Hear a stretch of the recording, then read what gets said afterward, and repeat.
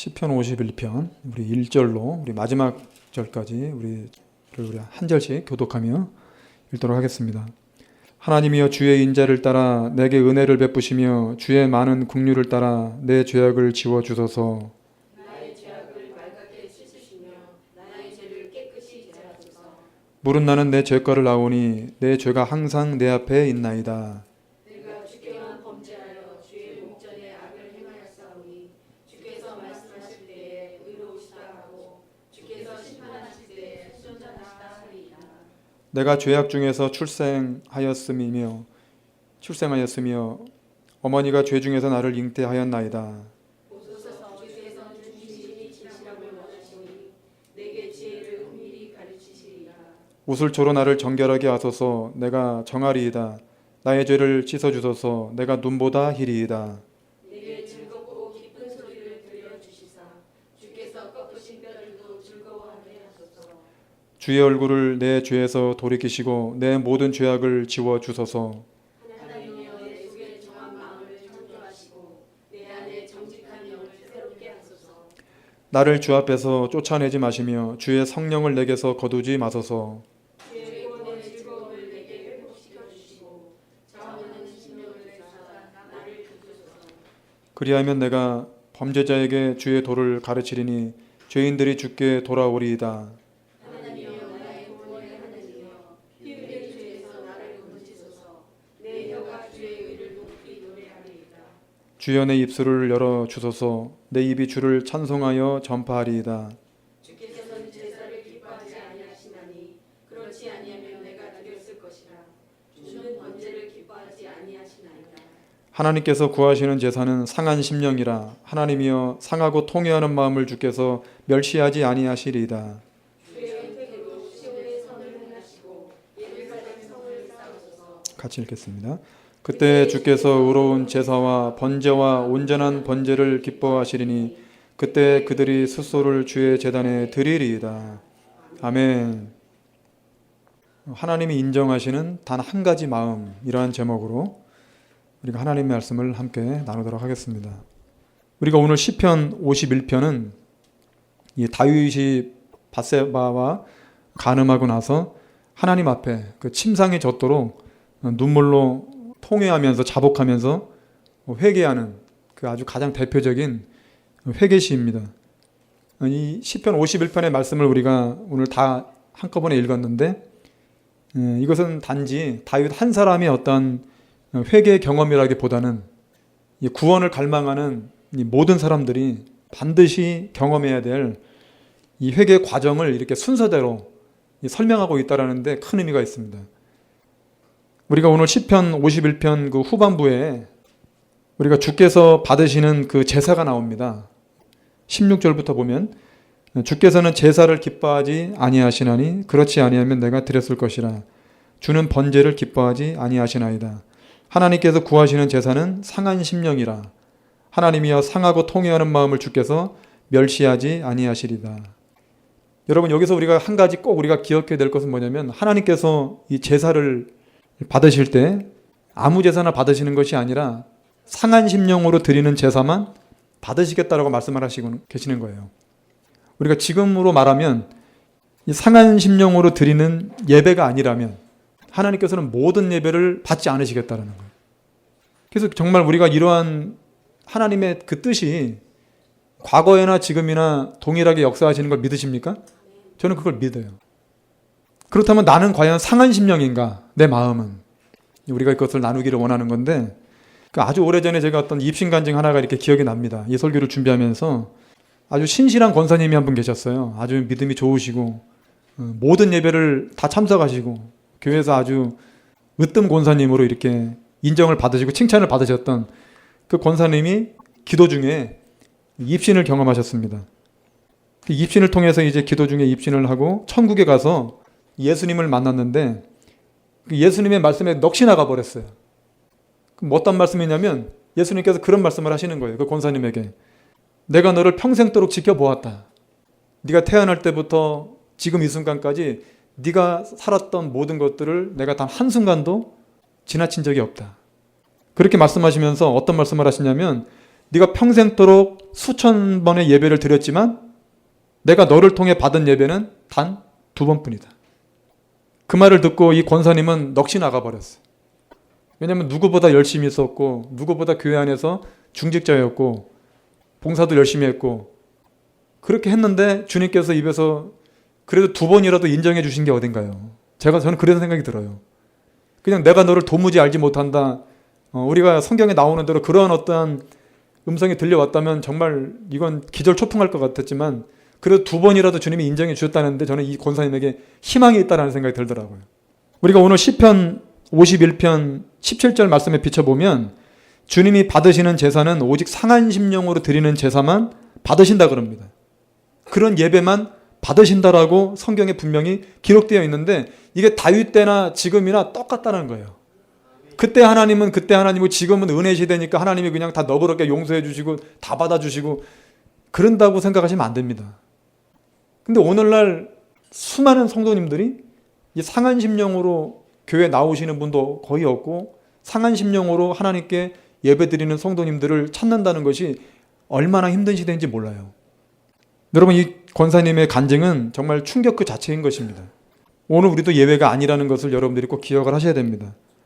만약 우리가 오늘 성경에 말씀한 것처럼 상한 심령의 상태가 아니라면 오늘 우리가 드리는 예배 또한 하나님과 아무 상관이 없다라는 거예요. 또한 우리가 지난 세월 수많은 예배를 드렸지만 과연 몇 번의 예배를 주님이 받으셨을까 하는 문제도 우리가 오늘 이 예배를 통해서 심각하게 한번 자기 자신을 돌아봐야 될 줄로 믿습니다. 더 심각한 문제는요. 이 상한 심령의 문제가 오늘 말씀대로 그냥 하나님께서 그 예배를 받으시고 안 받으시고의 문제로 끝나는 것이 아니라는 거죠. 이 상한 심령의 문제가 우리의 구원과 직결되어 있다는 거예요. 제가 성경을 통해서 여러분들에게 증명을 해드리겠습니다. 여러분 시편의 34편 18절 말씀을 보게 되면 오늘 말씀과 거의 비슷한 말씀이 나와 있습니다. 여호와는 마음이 상한 자를 가까이 하시고 충심으로 통회하는 자를 구원하시는도다. 여러분 하나님께서 모든 사람들을 사랑하시지만 아무나 구원하실 수 있는 것이 아니라 그 많은 사람들 중에서 오직 마음이 상한 자만 하나님께서 가까이 하시고 그리고 그 상한 마음을 가지고 충심으로 통회하는 자를 그들만 하나님이 구원하실 수 있다는 거예요.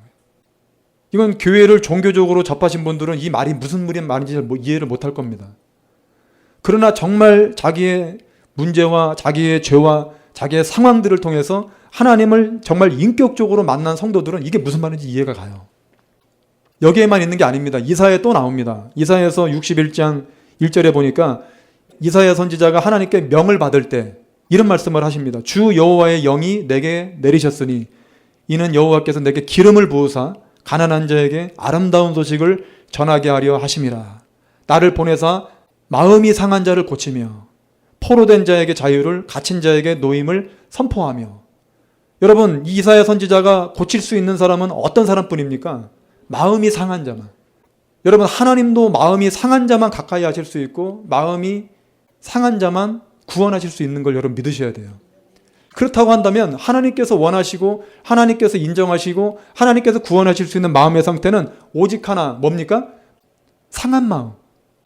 근데 오늘날 너무나 많은 사람들이 마음이 상해 있지 않는 거예요. 하나님 앞에 마음이 상해 있지 않은 상태로 교회에 나와서 예배를 드리고 찬양을 하지만 아까 권사님의 간증처럼 평생을 예배를 드려도 단 한 번의 예배도 하나님께 받아들여지지 않는 예배가 수두룩합니다. 이건 정말 무서운 얘기예요, 여러분. 여러분 우리가 그래서 이 하나님의 뜻이 무엇인지를 우리가 정말 잘 우리가 파악을 해야 됩니다. 예수님께서 공생애를 시작하실 때 첫 번째로 하신 말씀이 뭔지 아십니까?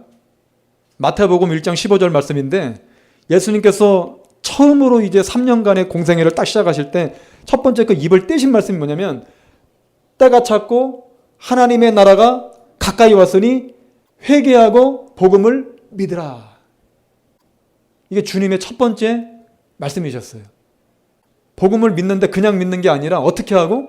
회개하고 복음을 믿으라. 즉 예수님은 뭐냐면 반드시 자신의 죄를 회개하고 복음을 믿는 자만이 비로소 구원을 받을 수 있고 천국 백성이 될 수 있다라고 말씀하고 계십니다. 그런데 여기서 예수님이 말씀하신 그 회개의 성격이 무엇을 회개하는 것인가? 회개란 무엇인가? 어떻게 회개하는 것인가? 여기서 예수님이 회개하고 복음을 믿으라고 했을 때 이 회개의 성격, 그 회개의 성격이 무엇인지를 가장 잘 설명하고 있는 내용이 오늘 우리가 읽은 시편 51편의 말씀이에요.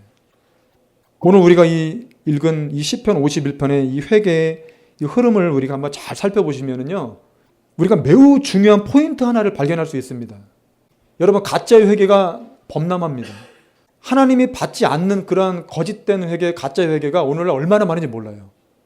근데 여러분들이 정말 구원에 이르는 회개를 하려면 반드시 오늘 이 시편 51편의 이 회개의 흐름을 따라가셔야 돼요.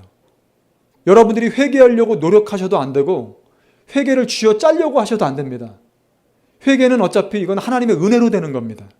하나님의 은혜로 되는 거기 때문에 우리가 준비할 게 있어요. 이 회개, 하나님의 그 은혜가 임하게 하기 위해서 내 마음속에서 준비되어야 되는 마음, 그 마음이 바로 회개를 가능하게 만든다는 거죠.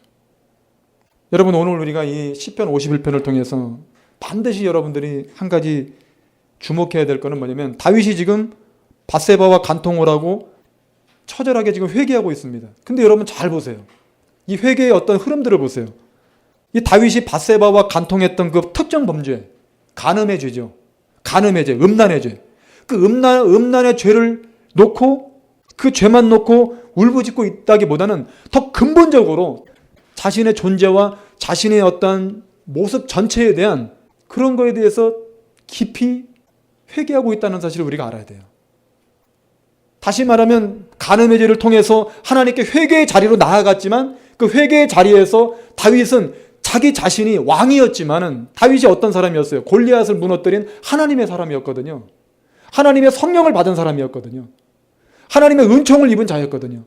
그러한 왕이었지만 이 범죄를 통해서 회개의 자리에 나아갔을 때 다윗은 자신의 어떤 존재 자체가 쇳덩어리라고 하는 사실을 깨닫고 있는 거예요. 다시 말하면 간음죄 하나를 가지고 나갔지만 그 간음죄 때문에 자신의 전체의 죄를 다 보고 있는 거예요.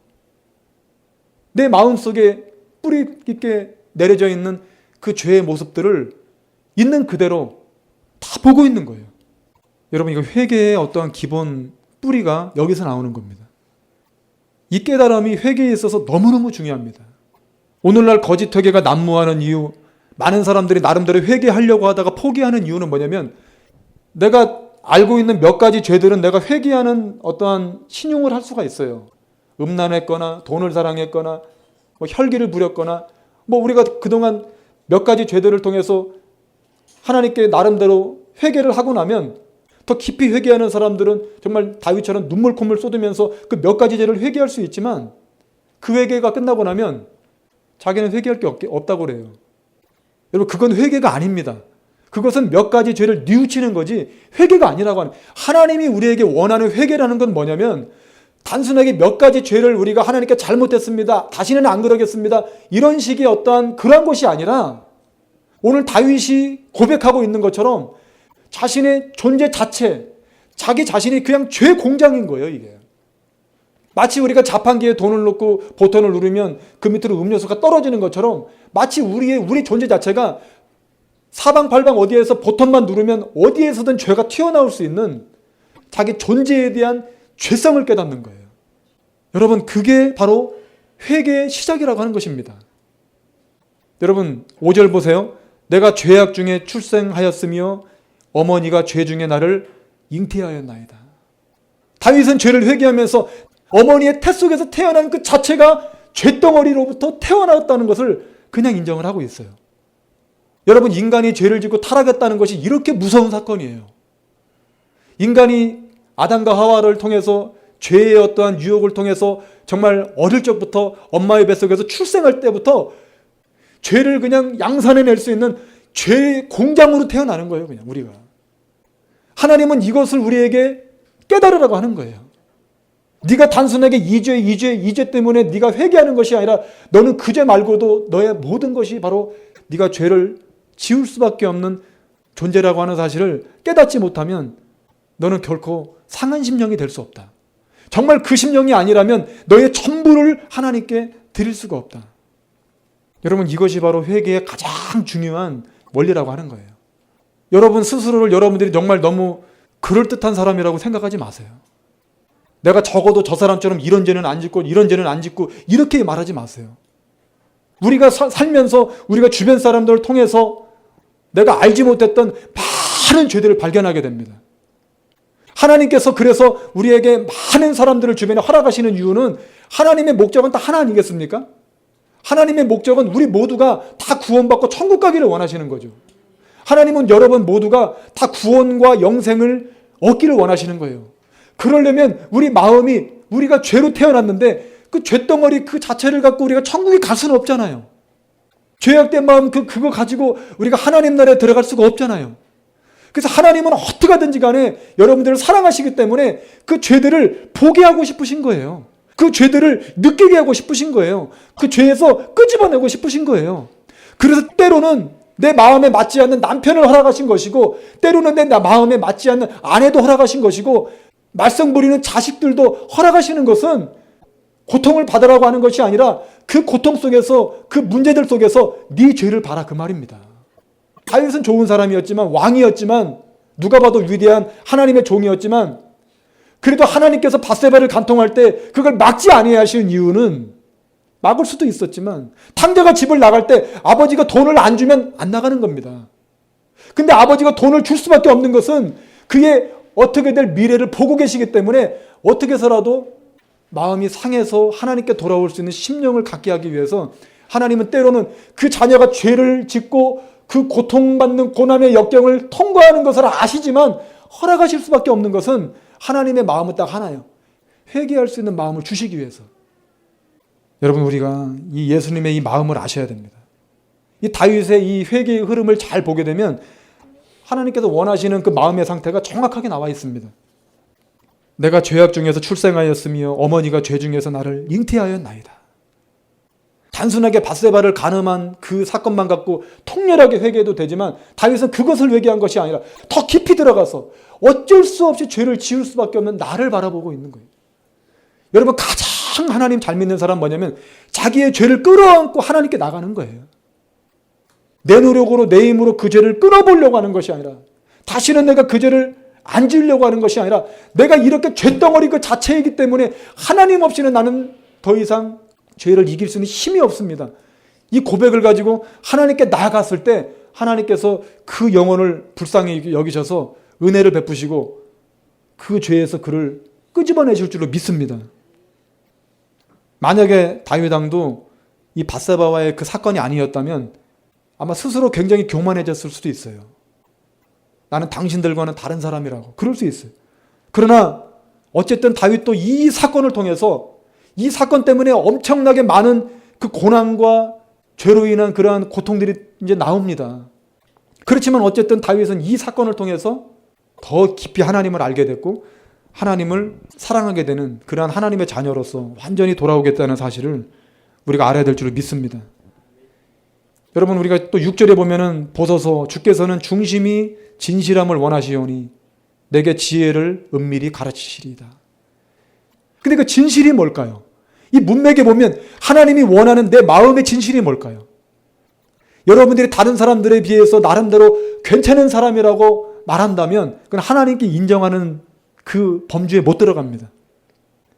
바리새인들이 그 세리와 창기들을 보고 나는 저들과 같지 아니합니다 이렇게 말했잖아요. 그러나 하나님이 그들의 어떤 믿음을 인정하셨습니까? 그들의 기도를 인정하셨습니까? 받으셨습니까? 안 받으셨어요. 여러분, 우리가 하나님을 진정으로 인정하고 우리 자신이 어떤 존재인지, 우리가 정말 어떠한 존재로 창조되었고 태어났고 우리가 여기까지 왔는지를 우리가 진심으로 깨닫고 나갈 때, 그리고 나서 회개하게 됐을 때 하나님께서 우리의 죄를 용서해 주시겠다라는 것입니다. 7절 말씀 보시면 우슬초로 나를 정결케 하소서 내가 정하리이다. 나의 죄를 씻어주소서 내가 눈보다 희리이다. 다윗이 바로 여기서 자기의 죄를 끌어안고 회개하면서 정말 하나님께 간절히 예수님의 십자가 보혈의 능력을 성령의 감동을 통해서 깨닫고 있는 장면입니다. 오직 예수님의 십자가 보혈의 피만이 나를 깨끗게 할 수 있습니다. 내가 이렇게 죄를 짓고 이렇게 타락했지만 내 노력으로는, 내 힘으로는 어떤 죄 하나도 나는 극복할 수 있는 힘이 없습니다. 오직 예수님의 보혈의 피로만 내가 구원을 받을 수가 있고 내가 정결케 될 수 있고 깨끗게 될 수 있다라고 고백하고 있는 거예요. 여러분, 여러분들의 죄가, 여러분들의 마음이 정결해질 수 있는 유일한 방법은 바로 예수님의 보혈의 피만 그 일을 감당할 수 있게 될 줄로 믿습니다. 근데 우리가 어떤 마음을 가질 때, 상한 마음을 가지고 우리의 존재 자체를 고백할 때 우리의 회개가 얼마나 깊어지는지 몰라요. 우리의 회개가 가면 갈수록 아주 작은 거 하나에도 정말 깊이 회개하게 되고 우리가 하나님께 우리의 모든 삶을 드릴 수밖에 없는 그러한 모습으로 나갈 수밖에 없다라는 것이죠. 그러한 회개의 과정들을 통과했을 때 어떤 사건이 벌어집니까? 내게 즐겁고 기쁜 소리를 들려주시사 주께서 꺾으신 뼈들도 즐거워하게 하소서. 여러분, 이 죄의 그 고통의 시간은 참 힘든 때가 있어요. 죄를 회개하는 이 과정은 다윗도 침상에 젖을 정도로 회개했다고 그랬어요. 얼마나 눈물을 많이 흘렸으면 그 침대가 다 젖을 정도로 회개했겠어요. 여러분, 그 회개의 과정은 아주 고통스럽습니다. 그러나 그 과정을 통과하고 나가게 되면 그 다음에는 기쁨이 다가와요. 즐거움이 찾아옵니다. 믿으십니까? 여러분, 이 과정, 자기 죄를 깨닫는 과정, 내 존재 자체가 죄악이다. 여러분, 이것 딱 깨달으면 다른 사람들에 대해서 조금 더 비판하거나 나쁘게 말하거나 그럴 수 없어요. 나는 저 사람보다 더 악하다는 걸 알았기 때문에 이 세상에서 내가 가장 악한 인간이라는 것을 그냥 있는 그대로, 말이 아니라 그냥 내 세포 하나하나가 그걸 증거하고 있기 때문에 어느 누구와도 나 자신을 비교할 수가 없어요. 나는 처절하게 그냥 죄 자체일 뿐인 거예요. 이렇게 우리가 회개의 영이 임했다면 정말 우리는 우리의 남편이 다르게 보일 수밖에 없고 우리의 아내가 다르게 보일 수밖에 없고 우리의 성도들이, 이웃들이 정말 다르게 보일 수밖에 없어요. 내가 그동안 나쁘게 말했던 그 누구도 절대로 내가 이제 다시 나쁘게 말할 수 없어요. 진짜 나쁜 사람은 바로 나였어요. 죄인 중에 괴수는 바로 나였어요.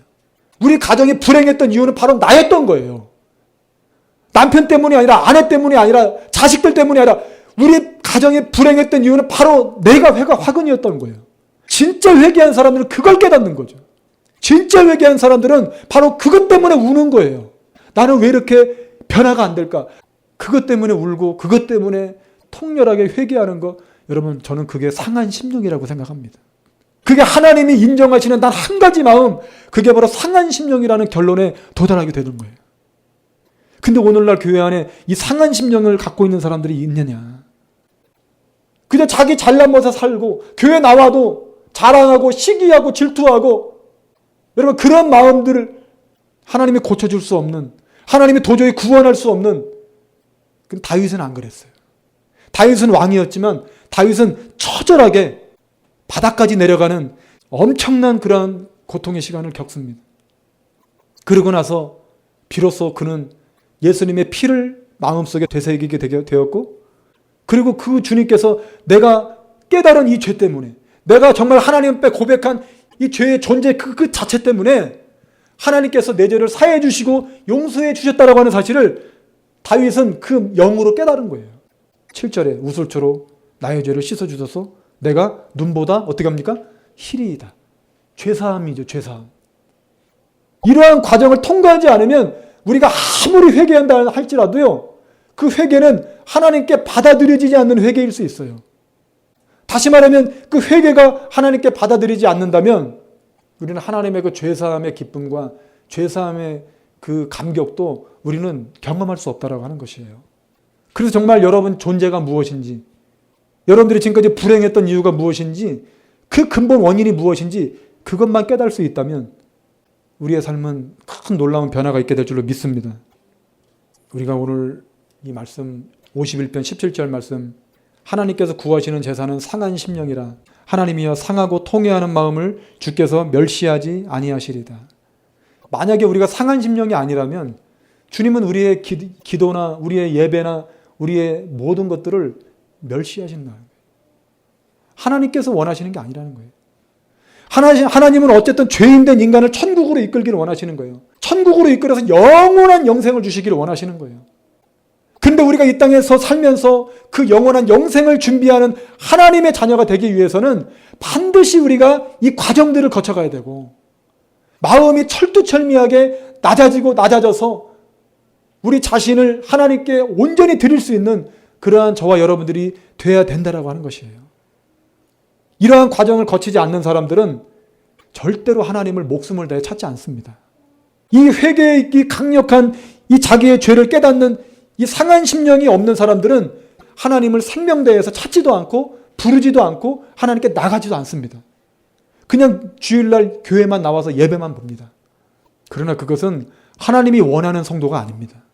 하나님이 기뻐하는 자녀가 아닙니다. 하나님이 기뻐하는 자녀는 항상 마음이 상해져 있습니다. 왜?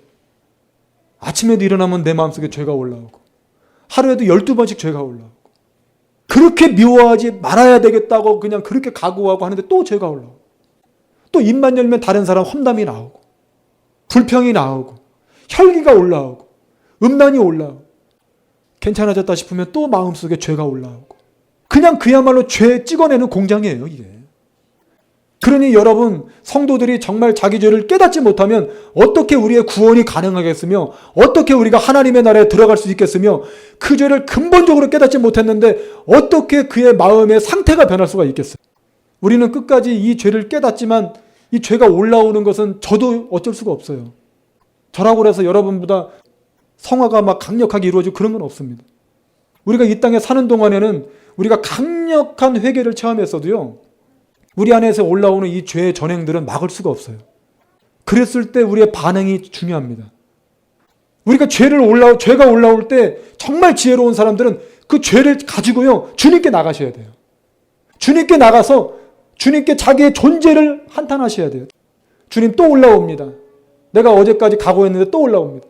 주님 불쌍히 여겨주시고 내가 다시는 이 죄를 반복하지 않도록 나를 건져주시옵소서. 자기가 노력하지 말고 주님께로 나가서 믿음으로 주님께 아뢰면 주님께서 그 믿음을 보시고 역사하시는 거예요. 따라서 해보세요. 죄는 내 노력으로 끊는 것이 아니고 믿음으로 끊는 것이다. 자기가 강한 사람들은 어떻게든 자기 노력으로 그걸 끊어보려고 노력을 해요. 근데 그게 됩니까? 안 되죠. 가장 중요한 건 자기의 모습 있는 그대로를 주님 앞에 실토하고 주님께 고백하는 거예요. 그리고 주님의 은혜를 구하는 것입니다. 그러면 하나님께서 역사하셔서 여러분들에게 은혜를 베푸시고 여러분들이 끝까지 이 구원의 길을 이루어갈 수 있도록 도와줄 줄로 믿습니다. 죄도 이기고 세상도 이기고 여러분들의 마음도 지키고 앞으로 다가올 영원한 영생의 그 나라에 우리가 들어갈 수 있도록 주님께서 도와줄 줄로 믿습니다.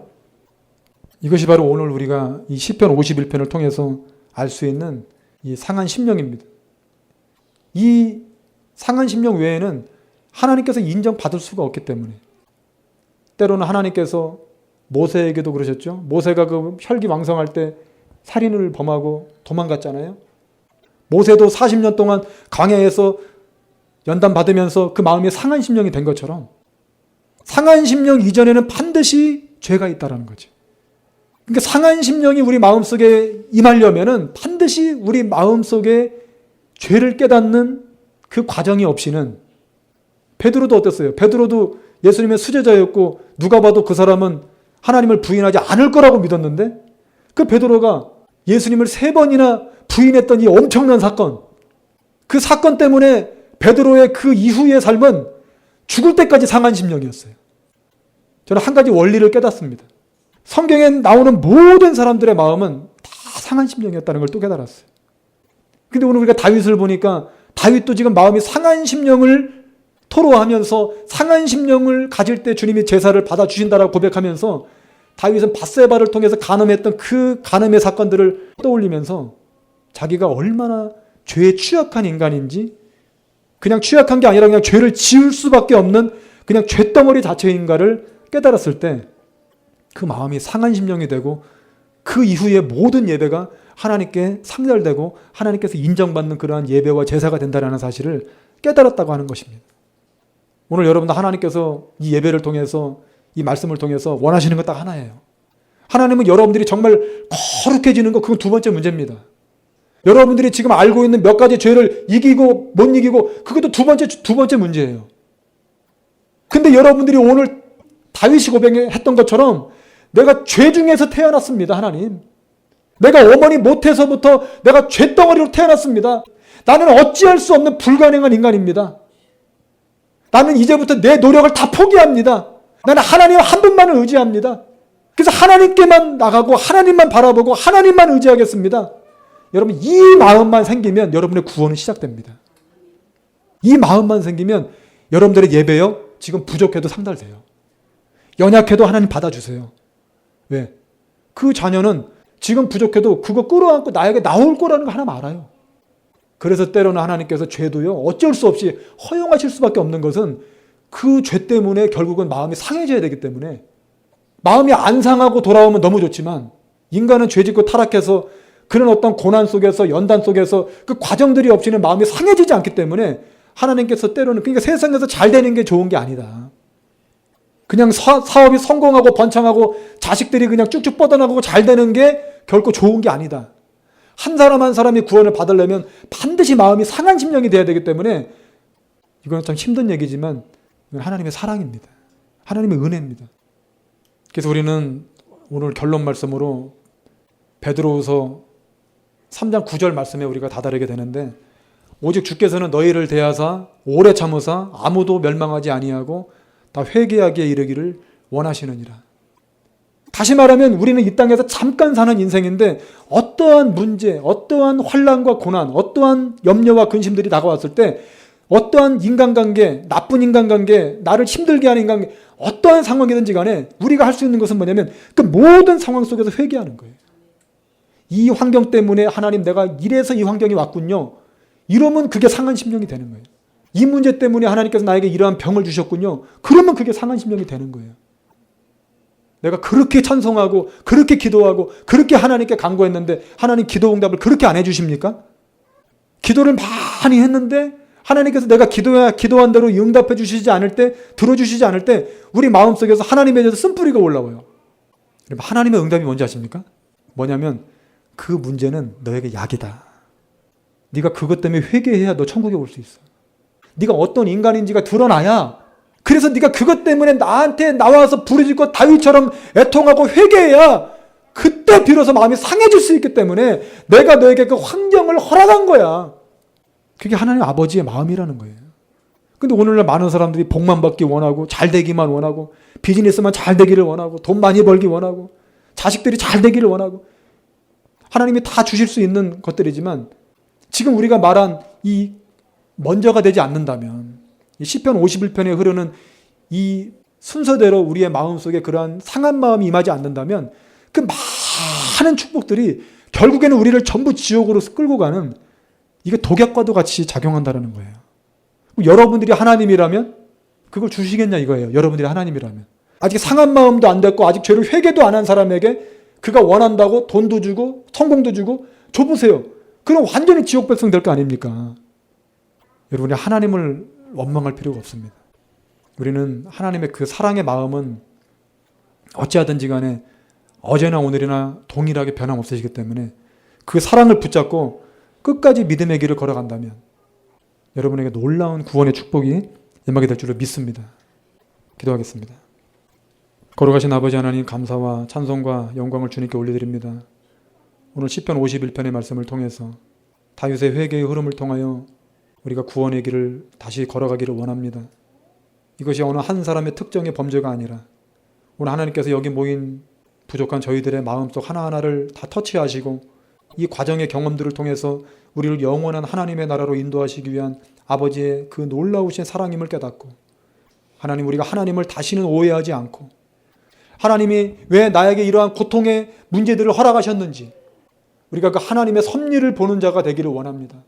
그래서 우리가 정말 영원한 영생의 그 나라에 한 걸음 한 걸음 다가갈 수 있도록 주님께서 저희들을 축복하여 주시기를 간절히 원하옵나이다. 주께서 오늘 여기 모인 자녀들 하나하나를 붙잡아 주시고 앞으로 이후의 모든 시간들을 우리 주님과 함께 이 험한 세상을 순항할 수 있도록 주님께서 인도하여 주시옵소서. 예수님의 이름으로 간절히 기도드리옵나이다. 아멘.